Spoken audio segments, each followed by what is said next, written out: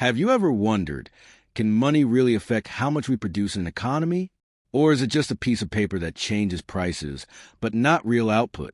Let's break down one of the foundational ideas in classical macroeconomics, the classical dichotomy. The classical dichotomy says that we can separate the economy into two worlds, real variables like output, employment, and real wages, and nominal variables like the money supply, price levels, and nominal wages. And here's the key, these two operate independently. Real variables are influenced by productivity, technology, and resources. Nominal variables, they're shaped by how much money is in the economy. For example, printing more money won't create more jobs or increase real output. It'll just raise prices.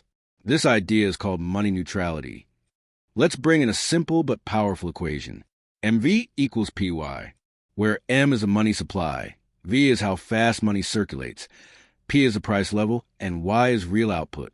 If V is stable and Y is at full capacity, then increasing M only raises P. Prices go up, but production stays the same. What does this mean for policymakers? In the long run, monetary policy can't boost real growth, only inflation. That's why central banks focus on price stability rather than chasing economic output through money printing. But not everyone agrees. Keynesians argue that in the short run, prices and wages are sticky. They don't adjust quickly.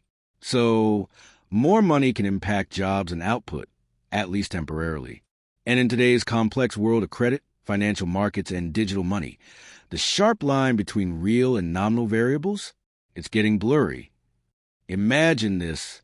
A central bank doubles the money supply. According to the classical view, the price level doubles, but real GDP, jobs, and real wages, they stay exactly the same. In short, the classical dichotomy teaches us a clean separation between the real economy and the money side. But modern economists remind us, in the short run, money might just do more than we think. Thanks for watching. Don't forget to like, subscribe, and also check efficiency wage theory video.